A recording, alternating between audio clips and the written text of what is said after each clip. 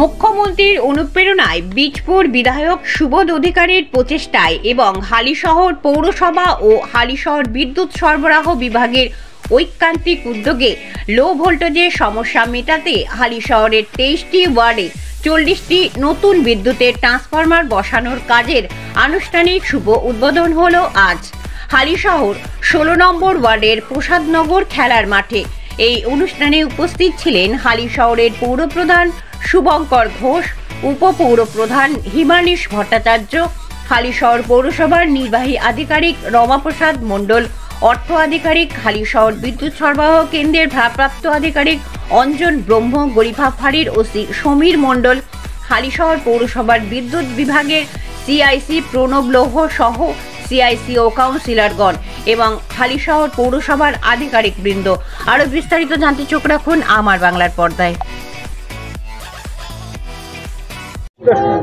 নতুন ট্রান্সফরমার বসানোর কাজে শুভ উদ্বোধন হলো, কি বলবেন, কতটা মানুষের সুবিধা হবে? হালিশহর বর্তমান বোর্ড তো হালিশহরের মানুষের জন্য একটার পর একটা প্রজেক্ট মাননীয় মুখ্যমন্ত্রী মমতা বন্দ্যোপাধ্যায় গিফট হিসাবে পাঠিয়েছে বলতে পারি। বিধায়ক সুবোধ অধিকারী তার তদারকি করেছেন। ওয়াটার প্রজেক্ট স্যাংশন হয়ে গেছে বড় প্রজেক্টের মধ্যে, আজকে ইলেকট্রিকটা হয়ে গেল। একটার পর একটা প্রজেক্ট চলছে, তার সঙ্গে রাস্তাঘাট ডেভেলপমেন্ট চলছে, বিউটিফিকেশান চলছে, প্রতিটা কাজই চলছে আর কি। এটা একটা হালিশহরের মানুষের কাছে একটা বড় অ্যাচিভমেন্ট আমরা বলতে পারি। মানে কতদিন লাগবে কাজ সম্পূর্ণ হতে? 1 মাস লাগবে। অলরেডি 14টা বসে গেছে, 26টার বসা বাকি আছে। 1 মাসের মধ্যে কাজ কমপ্লিট হয়ে যাবে। মানে জল হয়ে গেল, ইলেকট্রিক হয়ে গেল, আর কি বাকি আছে? রাস্তাঘাটও প্রায় 90% শেষ আমরা বলতে পারি, কারণ রাস্তাঘাটের কাজ প্রায় শেষ। ব্যবস্থা কেমন? ড্রেনেজের ব্যবস্থা ঠিক আছে, কারণ আমরা দেখেছিলাম এর আগেও যে বৃষ্টি হচ্ছিল তত ওয়াটার লগিং সেরকম কোনো সমস্যা ছিল না।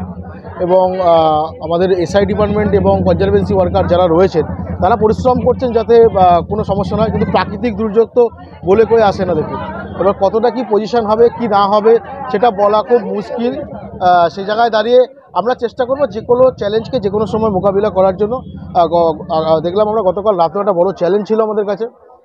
প্রায় রাতে 11টা সাড়ে 11টা অবধি কাজ করে, ওই ঝড় বৃষ্টি বিদ্যুৎ চমকাচ্ছে তার মধ্যেও কাজ করে দিয়ে কিন্তু আমাদের স্টাফরা গাছ সরিয়ে মানুষের জন্য ইলেকট্রিক লাইনের ব্যবস্থা করে দিতে পেরেছে।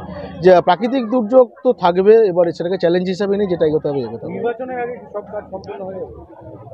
হ্যাঁ, 100% চেষ্টা। কিন্তু ওয়াটার প্রজেক্ট বড় প্রজেক্ট, সেটা শেষ হতে বছর 2 সময় লাগে।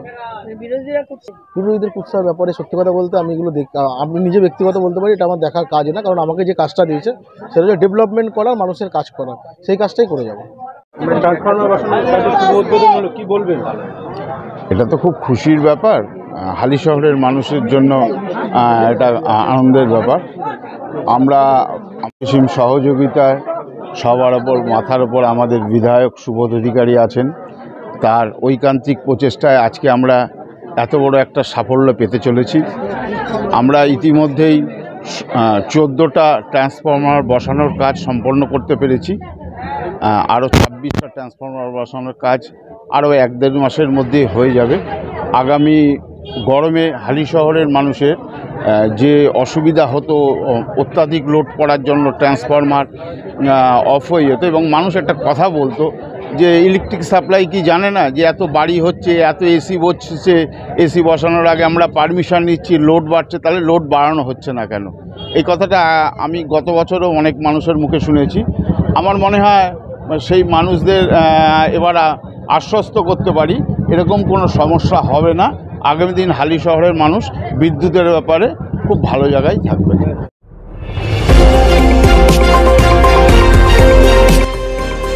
আমার বাংলা, সঙ্গে থাকুন, সঙ্গে রাখুন আমার বাংলা।